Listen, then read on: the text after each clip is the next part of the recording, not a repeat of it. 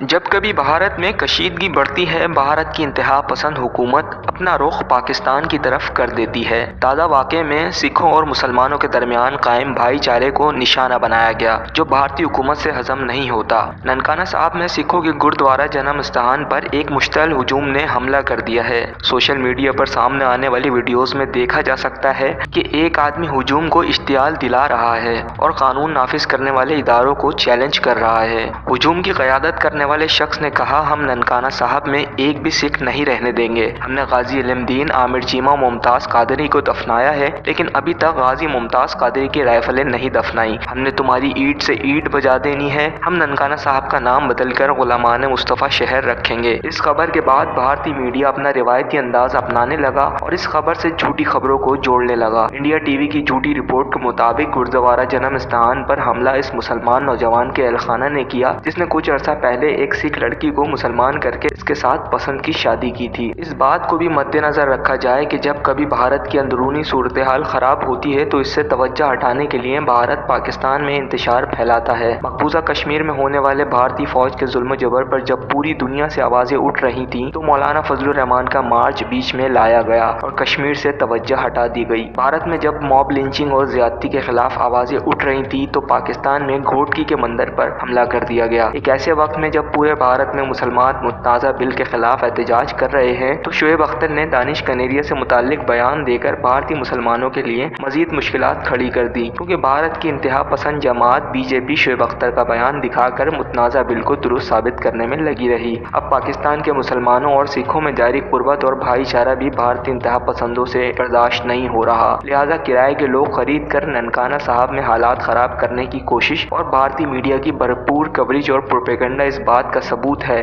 کہ بھارت اپنے اندرونی مسائل سے نمٹنے کے بجائے پاکستان میں انتشار پھیلانے کی پالیسی پر عمل پیرا ہے۔ اس کام کے لیے بھارت نے کچھ پاکستانی صحافیوں کو بھی خرید رکھا ہے، جو چھوٹے واقعات کو بڑی خبر بنا کر پاکستان میں بھارتی انتشار پھیلانے میں مددگار بنتے ہیں، جس کا پاکستان کے قانون نافذ کرنے والے اداروں کو سختی سے نوٹس لینا ہوگا۔